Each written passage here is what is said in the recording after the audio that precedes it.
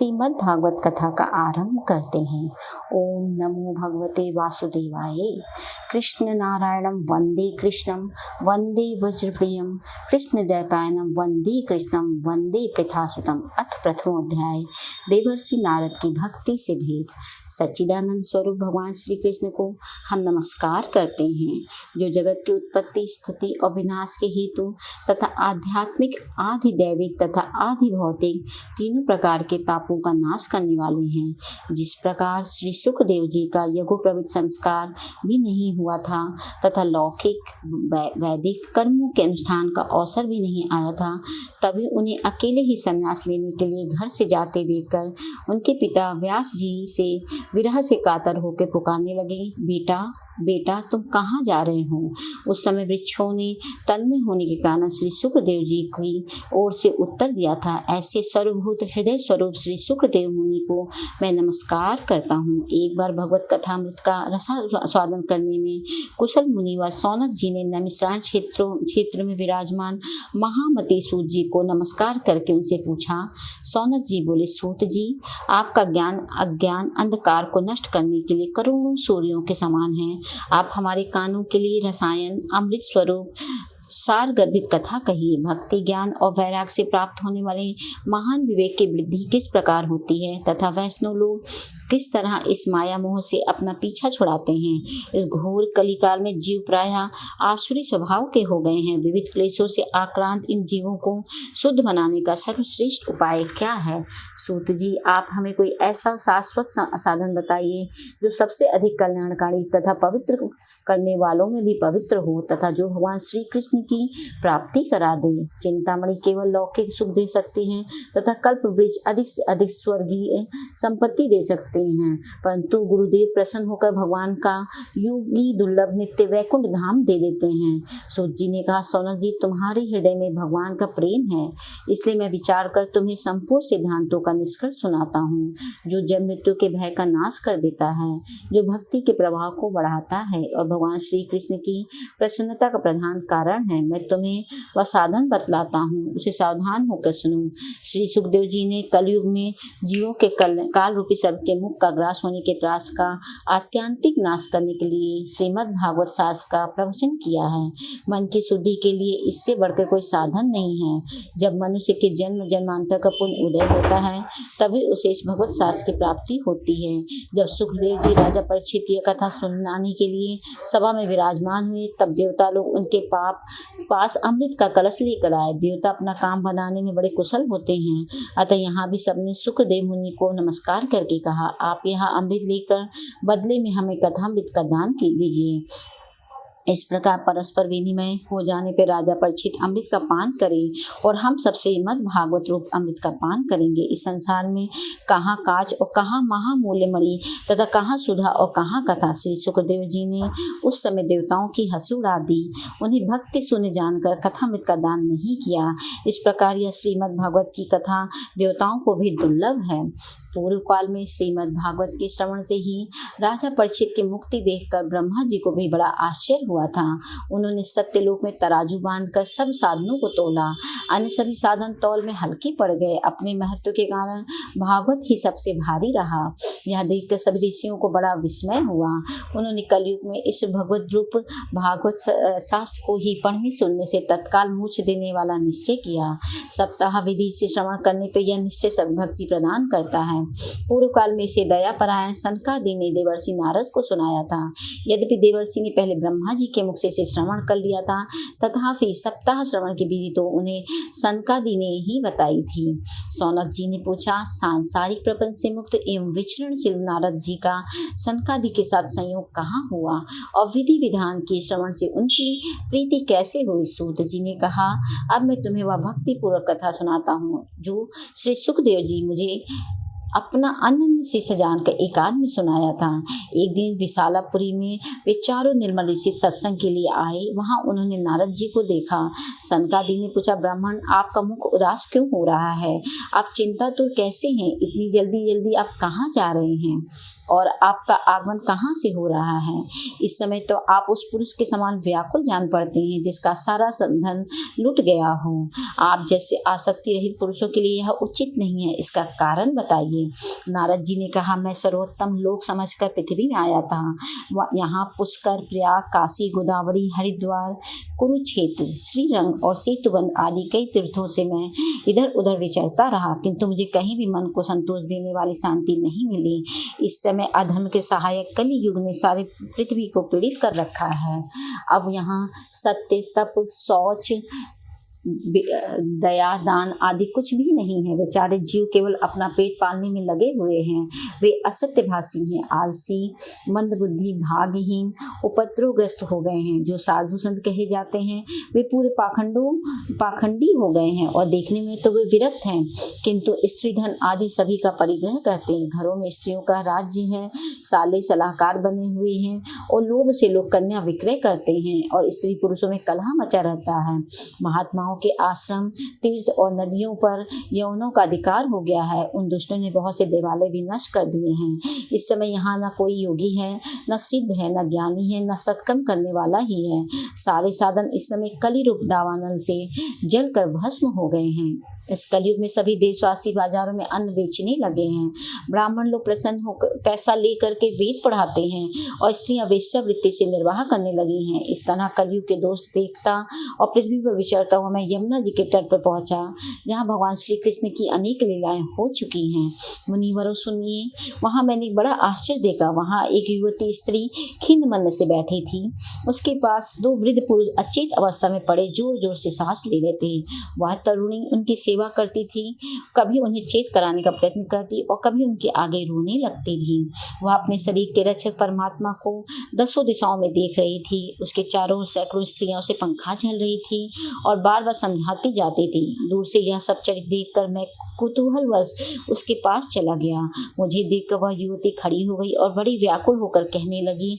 युवती ने कहा, अजी महात्मा जी, क्षण भर ठहर जाइए और मेरी चिंता को भी नष्ट कर दीजिए। आपका दर्शन तो संसार के सभी पापों को सर्वथा नष्ट कर देने वाला है। आपके बचनों से मेरी दुख की भी बहुत कुछ शांति हो जाएगी। मनुष्य का जब बड़ा भाग होता है तभी आपके दर्शन हुआ करते हैं। नारद जी कहते हैं, जब मैंने उस स्त्री से पूछा, देवी तुम कौन हो?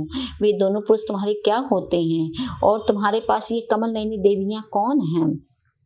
तुम हमें विस्तार से अपने दुख का कारण बताओ। युवती ने कहा, मेरा नाम भक्ति है। ये ज्ञान और वैराग नामक मेरे पुत्र हैं। समय के फेरने से ही ये ऐसे जर्जर हो गए हैं। ये देवियां गंगा जी आदि नदियां हैं। ये सब मेरी सेवा करने के लिए ही आई हैं। इस प्रकार साक्षात देवियों के द्वारा सेवित होने पर भी मुझे सुख शांति नहीं है। तपोधन, अब ध्यान देकर मेरा वृत्तांत सुनिए। मेरी कथा वैसे तो प्रसिद्ध है, फिर भी उसे सुनकर आप मुझे शांति प्रदान करें। मैं द्रविड़ देश में उत्पन्न हुई, कर्नाटक में बढ़ी, कहीं कहीं महाराष्ट्र में सम्मानित हुई, किंतु गुजरात में मुझको बुढ़ापे ने आ घेरा। वहां घोर कलयुग के प्रभाव से पाखंडियों ने मुझे अंग भंग कर दिया। चीरकाल तक यह अवस्था रहने के कारण मैं अपने पुत्रों के साथ दुर्बल और निश्चेर हो गई। अब जब से मैं वृंदावन आई तब से पुनः परम सुंदरी सुरूपवती नव युवती हो गई हूँ, किंतु सामने पड़े हुए वे दोनों मेरे पुत्र थके मांदे दुखी हो रहे हैं। अब मैं यह स्थान छोड़कर अन्यत्र जाना चाहती हूँ। अब ये दोनों बूढ़े हो गए हैं, इसी दुख से मैं दुखी हूँ। मैं तरुणी क्यों और ये दोनों मेरे पुत्र बूढ़े क्यों? हम तीनों साथ साथ रहने वाले हैं, फिर यहाँ विपरीतता क्यों? होना तो यह चाहिए कि माता बूढ़ी हो और पुत्र तरुण। इसी से मैं आश्चर्यचकित चित्त से अपने इस अवस्था पर शोक करती रहती हूँ। आप परम बुद्धिमान एवं योग निधि हैं, इसका क्या कारण हो सकता है, बताइए। नारद जी ने कहा, साध्वी, मैं अपने हृदय में ज्ञान दृष्टि से तुम्हारे संपूर्ण दुख का कारण देखता हूँ।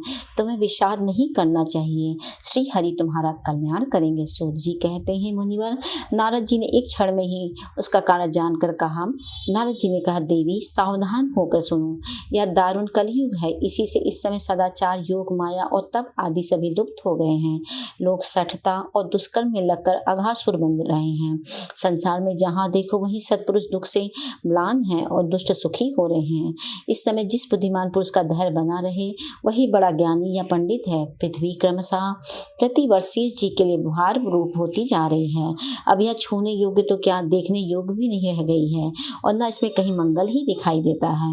अब किसी को पुत्रों के साथ तुम्हारा दर्शन भी नहीं होता। विषय अनुराग के कारण अंधे बने हुए जीवों से उपेक्षित होकर तुम जर्जर हो रही थी। वृंदावन के संयोग से तुम फिर नवीन तरुणी हो गई हो। अतः यह वृंदावन धाम धन है जहाँ भक्ति सर्वत्र नृत्य कर रही है। परंतु तुम्हारे इन दोनों पुत्रों का यहाँ कोई ग्राहक नहीं है, इसलिए इनका बुढ़ापा नहीं छूट रहा है। यहाँ इनको कुछ आत्म सुख की प्राप्ति होने के कारण ये सोते से जान पड़ते हैं। भक्ति ने कहा, राजा परीक्षित ने इस पापी कली को क्यों रहने दिया? उसके आते ही सब वस्तुओं का सार न जाने कहाँ चला गया। करुणामय श्री हरि जी से यह अधम कैसे देखा जाता है? मुनि, मेरा यह संदेह दूर कीजिए। आपके वचनों से मुझे बड़ी शांति मिली है। नारद जी ने कहा, बाले, यदि तुमने पूछा है तो प्रेम से सुनो। कल्याणी, मैं तुम्हें सब बताऊंगा और तुम्हारा दुख दूर हो जाएगा। जिस दिन भगवान श्री कृष्ण इस भूलोक को छोड़कर अपने परम धाम को पधारे, उसी दिन वहां संपूर्ण साधनों में बाधा डालने वाला कलयुग आ गया। दिग्विजय के समय राजा परीक्षित की दृष्टि पड़ने पर कलयुग दीन के समान उनकी शरण में आया और भ्रमण के समान सारग्राही राजा ने यह निश्चय किया कि इसका वध मुझे नहीं करना चाहिए, क्योंकि जो फल तपस्या, योग एवं समाधि से भी नहीं मिलता, कलयुग में वही फल श्री हरि कीर्तन से ही भली बातें मिल जाता है। इस प्रकार सारहीन होने पर भी उसे इस एक ही दृष्टि से सारयुग देखकर उन्होंने कलयुग में उत्पन्न होने वाले जीवों के सुख के लिए ही इसे रहने दिया था। इस समय लोगों के कुकर्म से प्रवृत्त होने के कारण सभी वस्तुओं का सार निकल गया है और पृथ्वी के सारे पदार्थ बीजहीन भूसी के समान हो गए हैं। ब्राह्मण केवल अन्न, धन आदि के लोभवश घर घर एवं जन जन को भागवत कथा सुनाने लगे हैं, इसलिए कथा का सार चला गया है। तीर्थों में नाना प्रकार के अत्यंत घोर कर्म करने वाले नास्तिक और नारकी पुरुष भी रहने लगे हैं, इसलिए तीर्थों का भी प्रभाव जाता रहा है। जिनका चित्त निरंतर काम, क्रोध, महान लोभ और तृष्णा से तपता रहता, वे भी तपस्या का ढोंग करने लगे हैं, इसलिए तप का भी सार निकल गया है। मन पर काबू न होने के कारण तथा लोभ, दंभ और पाखंड का आश्रय लेने के कारण एवं शास्त्र का अभ्यास न करने से ध्यान योग का फल मिट गया है। पंडितों की यह दशा है कि वे अपनी स्त्रियों के साथ पशु की तरह रमण करते हैं, उनमें संतान पैदा करने की ही कुशलता पाई जाती है। मुक्ति साधन में वे सर्वथा कुशल हैं। संप्रदाय अनुसार प्राप्त हुई वैष्णवता को भी कहीं देखने को नहीं मिलती। इस प्रकार जगह जगह सभी वस्तुओं का सार लुप्त हो गया है। यह तो इस युग का स्वभाव ही है, इसमें किसी का दोष नहीं है। इसी से पुंडरीकाक्ष भगवान बहुत समीप रहते हुए भी यह सब कह रहे हैं। सूत जी कहते हैं, सौनक जी, इस प्रकार देवर्षि नारद के वचन सुन के भक्ति को बड़ा आश्चर्य हुआ। फिर उसने जो कुछ कहा उसे सुनिए। भक्ति ने कहा, देवर्षि, आप धन्य हैं। मेरा बड़ा सौभाग्य था जो आपका समागम हुआ। संसार में साधु का दर्शन ही समस्त सिद्धियों का परम कारण है। आपका केवल एक बार का उपदेश धारण करके कयाधुन कुमार भगवान प्रहलाद ने माया पर विजय प्राप्त कर ली थी। ध्रुव ने भी आपकी कृपा से ही ध्रुव प्राप्त किया। अतः आप सर्व मंगलमय और साक्षात श्री ब्रह्मा जी के पुत्र हैं। मैं आपको नमस्कार करती हूँ। इति श्री पद्म पुराणे उत्तरखंडे श्री मद्भागवत महात्मनि भक्ति नारद समागमो नाम प्रथमो अध्याय। ओम नमो भगवते वासुदेवाय नमः। द्वितीय अध्याय, भक्ति का दुख दूर करने के लिए नारद जी का उद्योग। नारद जी ने कहा, बाली, तुम व्यर्थ ही अपने को क्यों खेद में डाल रही हो? अरे तुम इतनी चिंतातुर क्यों हो? भगवान श्री कृष्ण के चरण कमलों का चिंतन करो, उनकी कृपा से तुम्हारा सारा दुख दूर हो जाएगा। जिन्होंने कौरवों के अत्याचार से द्रौपदी की रक्षा की थी और गोप सुंदरियों को सनाथ किया था, वे श्री कृष्ण कहीं चले थोड़ी ही गए हैं। फिर तुम तो भक्ति हो और सदा उन्हीं प्राणों से प्यारी हो। तुम्हारे बुलाने पे तो भगवान नीचों के घरों में तो चले जाते हैं। सत्य, त्रेता और द्वापर, इन 3 युगों में ज्ञान और वैराग मुक्ति के साधन थे, किंतु कलयुग में तो केवल भक्ति ही ब्रह्म सायुज्य की प्राप्ति कराने वाली है। यह सोचकर ही परमानंद चिन्मूर्ति ज्ञान स्वरूप श्री हरि ने अपने सत्य स्वरूप से तुम्हें रचा है। तुम साक्षात श्री कृष्णचंद्र की प्रिया और परम सुंदरी हो। एक बार जब तुमने हाथ जोड़ कर पूछा था कि मैं क्या करूं, तब भगवान ने तुम्हें यही आज्ञा दी थी कि मेरे भक्तों का पोषण करो। तुमने भगवान की यह आज्ञा स्वीकार कर ली। इससे तुम पर श्री हरि बहुत प्रसन्न हुए और तुम्हारी सेवा करने के लिए मुक्ति को तुम्हें दासी के रूप में दे दिया, और इन ज्ञान वैराग्य को पुत्रों के रूप में तुम अपने साक्षात स्वरूप से वैकुंठ धाम में भी भक्तों का पोषण करती हो। भूलोक में तो तुमने उनकी पुष्टि के लिए केवल छाया रूप धारण कर रखा है। तब तुम मुक्ति, ज्ञान और वैराग्य को साथ लिए पृथ्वी तल पर आई और सतयुग से द्वापर पर्यंत बड़े आनंद से रही।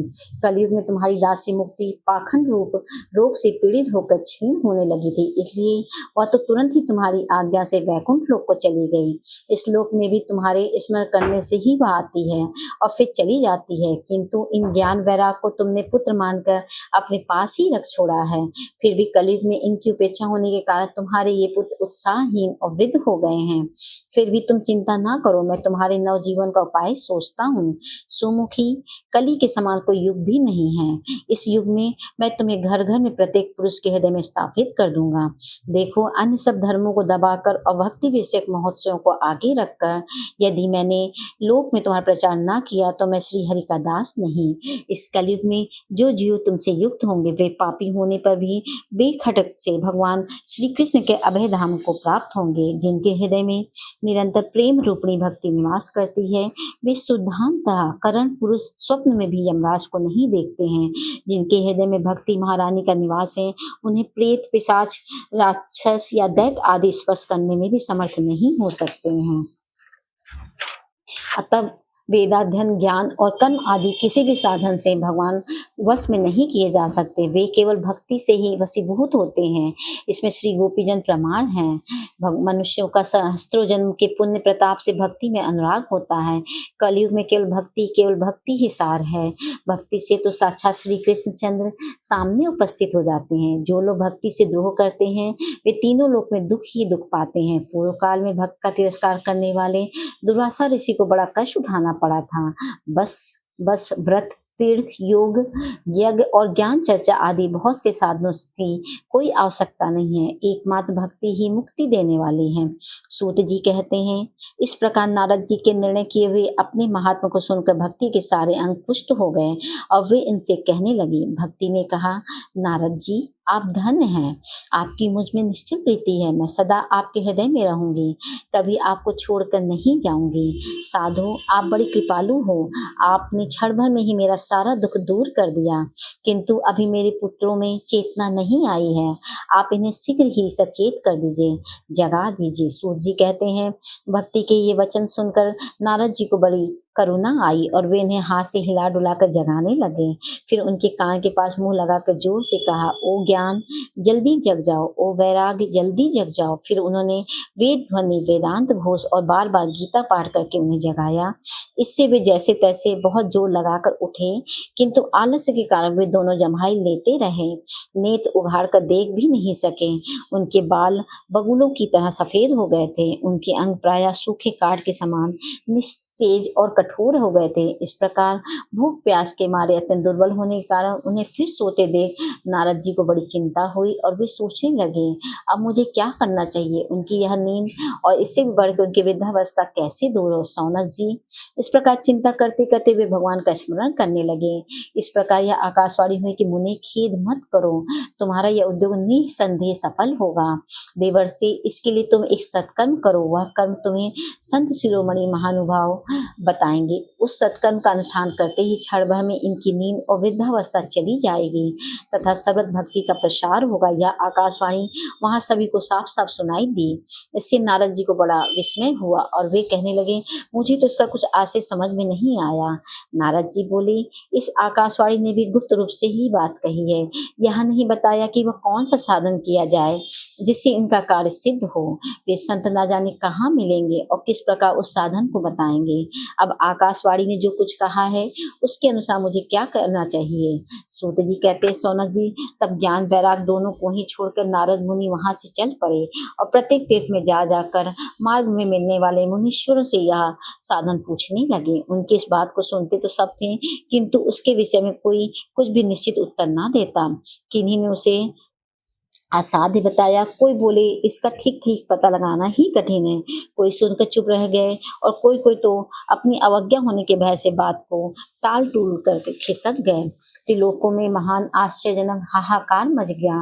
लोग आपस में कानाफूसी करते रहे। भाई, जब वेद ध्वनि, वेदांत घोष और बार बार गीता पाठ सुनाने पर भी भक्ति ज्ञान, तब वेदाध्ययन, ज्ञान और कर्म आदि किसी भी साधन से भगवान को वश में नहीं किए जा सकते, केवल भक्ति से ही वशीभूत हो जाते हैं।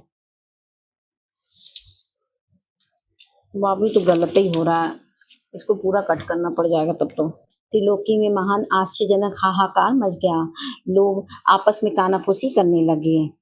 भाई, जब वेद ध्वनि, वेदांत घोष और बार बार गीता पाठ सुनाने पर भी भक्ति, ज्ञान और वैराग ये तीनों नहीं जगाए जा सके, तब और कोई उपाय नहीं है। स्वयं योगीराज नारद जी को भी जिसका ज्ञान नहीं था, उसे दूसरे संसारी लोग इसके विषय में पूछा गया। उन्होंने निर्णय करके यही कहा कि यह बात दुसाध्य ही है। तब नारद जी बहुत चिंतातुर हुए और बद्री वन में गए। ज्ञान वैराग को जगाने के लिए वहां उन्होंने यह निश्चय किया कि मैं तप करूंगा। उसी समय उनके सामने करोड़ों सूर्य के समान तेजस्वी सनकादि मुनीश्वर दिखाई दिए। उन्हें देखकर वे मुनिश्रेष्ठ कहने लगे। नारद जी ने कहा, महात्माओं, इस समय बड़े भाग्य से मेरा आप लोग के साथ समागम हुआ है। आप मुझ पर कृपा करके शीघ्र ही वह साधन बताइए। आप सभी लोग बड़े योगी, बुद्धिमान और विद्वान हैं। आप देखने में 5-5 वर्ष के बालक से जान पड़ते हैं, किंतु हैं पूर्वजों के भी पूर्वज। आप लोग सदा वैकुंठ धाम में निवास करते हैं, निरंतर हरि कीर्तन में तत्पर रहते हैं, भगवत लीलामृत का रसास्वादन कर सदा उसी में उन्मत्त रहते हैं और एकमात्र भगवत कथा ही आपके जीवन का आधार है। हरि शरणम, यह वाक्य सर्वदा आपके मुख में रहता है। इसी से काल प्रेरित वृद्धावस्था में भी आपको बाधा नहीं पहुंचाती। पूर्व काल में आपके भूभंग मात्र से भगवान विष्णु के द्वारपाल जय और विजय तुरंत पृथ्वी पर गिर पड़े थे और फिर आपकी ही कृपा से वह पुनः वैकुंठ लोक पहुंच गए। धन्य है, इस समय आपका दर्शन बड़े सौभाग्य से हुआ है। मैं बहुत दीन हूँ और आप लोग स्वभाव से ही दयालु हैं, इसलिए मुझ पर आपको अवश्य कृपा करनी चाहिए। बताइए, आकाशवाणी ने जिसके विषय में कहा वह कौन सा साधन है और मुझे किस प्रकार उसका अनुष्ठान करना चाहिए? आप इसका विस्तार से वर्णन कीजिए। भक्ति, ज्ञान और वैराग्य को किस प्रकार सुख मिल सकता है और किस तरह उनकी प्रेम पूर्वक सब वर्णों में प्रतिष्ठा की जा सकती है? सनकादि ने कहा, देवर्षि, आप चिंता न करें, मन में प्रसन्न हो। उनके उद्धार का एक सरल उपाय पहले से ही विद्यमान है। नारद जी, आप धन्य हैं, आप विरक्तों के शिरोमणि हैं, श्री कृष्ण दासों के शाश्वत पथ प्रदर्शक एवं भक्ति योग के भास्कर हैं। आप भक्ति के लिए जो उद्योग कर रहे हैं, यह आपके लिए कोई आश्चर्य की बात नहीं है। भगवान के भक्त के लिए तो भक्ति के सम्यक स्थापना करना सदा उचित ही है। ऋषियों ने संसार में अनेकों मार्ग प्रकट किए हैं, किंतु वे सभी कष्ट साध हैं और परिणाम में प्रायः स्वर्ग की ही प्राप्ति कराने वाले हैं। अभी तक भगवान की प्राप्ति कराने वाला मार्ग तो गुप्त ही रहा है। उसका उपदेश कराने वाला पुरुष प्रायः भाग्य से ही मिलता है। आपको आकाशवाणी ने जिस सत्कर्म का संकेत दिया है उसे हम बतलाते हैं। आप प्रसन्न और समाहित चित्त होकर सुनिए। नारद जी, द्रव्य यज्ञ, तपो यज्ञ, योग यज्ञ और स्वाध्याय रूप ज्ञान यज्ञ, ये सब तो स्वर्ग आदि की प्राप्ति कराने वाले कर्म की ही और संकेत करते हैं। पंडितों ने ज्ञान योग को सत्कर्म का सूचक माना है। वह श्रीमद् भागवत का पारायण है, जिसका गान सुख आदि महानुभावों ने किया है। उसके शब्द सुनने से भक्ति, ज्ञान और वैराग्य को बड़ा बल मिलेगा। इससे ज्ञान वैराग्य का कष्ट मिट जाएगा और भक्ति को आनंद मिलेगा। सिंह की गर्जना सुनकर जैसे भेड़िए भाग जाते हैं, उसी प्रकार श्रीमद् भागवत की ध्वनि से कलयुग के सारे दोष नष्ट हो जाते हैं। तब प्रेम रस प्रवाहित करने वाली भक्ति, ज्ञान और वैराग्य को साथ लेकर प्रत्येक घर और व्यक्ति के हृदय में कीड़ा करेगी। नारद जी ने कहा, मैंने वेद वेदांत की ध्वनि और गीता पाठ करके उन्हें बहुत जगाया, किंतु फिर भी भक्ति, ज्ञान और वैराग्य ये तीनों नहीं जगे। ऐसी स्थिति में श्रीमद् भागवत सुनाने से वे कैसे जगेंगे? क्योंकि इस कथा के प्रत्येक श्लोक और प्रत्येक पद में भी वेदों का ही सारांश है। आप लोग शरणागत वत्सल हैं तथा आपका दर्शन दर्शन कभी व्यर्थ नहीं होता है, इसलिए मेरा यह संदेह दूर कर दीजिए, इस काल में विलंब ना कीजिए। सनकादि ने कहा, श्रीमद् भागवत की कथा वेद और उपनिषदों के सार से बनी है, इसलिए उनमें अलग उनकी फलारूपा होने के कारण वह बड़ी उत्तम जान पड़ती है। जिस प्रकार रस वृक्ष की जड़ को लेकर शाखाग्र पर्यंत रहता है, किंतु इस स्थिति में उसका आस्वादन नहीं किया जा सकता, वही जब अलग होकर फल के रूप में आ जाता है तो संसार में सभी को प्रिय लगने लगता है। दूध में घी रहता ही है, किंतु उस समय उसका अलग स्वाद नहीं मिलता है, वही जब उसमें अलग हो जाता है तब देवताओं के लिए भी स्वादवर्धक हो जाता है। खांड ईख के ओर छोर और बीच में ही व्याप्त रहती है, तथापि अलग होने पर ही उसकी कुछ और मिठास होती है। ऐसे ही यह भागवत की कथा है, ये भागवत पुराण वेदों के समान है। श्री व्यास देव जी ने इसे भक्ति, ज्ञान और वैराग्य की स्थापना के लिए प्रकाशित किया है। पूर्व काल में जिस समय वेद वेदांत के पारगमी और गीता की रचना करने वाले भगवान व्यास देव खिन्न होकर अज्ञान समुद्र में गोते खा रहे थे, उस समय आपने ही उन्हें 4 श्लोकों में उनका उपदेश किया। उसे सुनते ही उनकी सारी चिंता दूर हो गई। फिर इसमें आपको आश्चर्य क्यों हो रहा है? आप हमसे प्रश्न कर रहे हैं। आपको उन्हें कोई शोक और दुख का विनाश करने वाले श्रीमद् भागवत पुराण ही सुनाना चाहिए। नारद जी ने कहा, महानुभाव, आपका दर्शन जीव के संपूर्ण पापों को तत्काल नष्ट कर देता है और जो संसार दुख रूप दावानल से तपे हुए हैं उन पर शीघ्र ही शांति की वर्षा कराता है। आप निरंतर शेष जी के सहस्त्र मुखों से गाए हुए भगवत कथामृत का ही पान करते रहते हैं। मैं प्रेम लक्षणा भक्ति का प्रकाश करने के उद्देश्य से आपकी शरण लेता हूँ। जब अनेकों जन्मों के संचित पुंज का उदय होने से मनुष्य को सत्संग मिलता है, तब वह उसके अज्ञान जनित मोह और मद रूप अंधकार का नाश करके विवेक उदय होता है। इति श्री पद्म पुराणे उत्तरखंडे श्रीमद् भागवत महात्म्ये कुमार नारद संवादो नाम 2 अध्याय।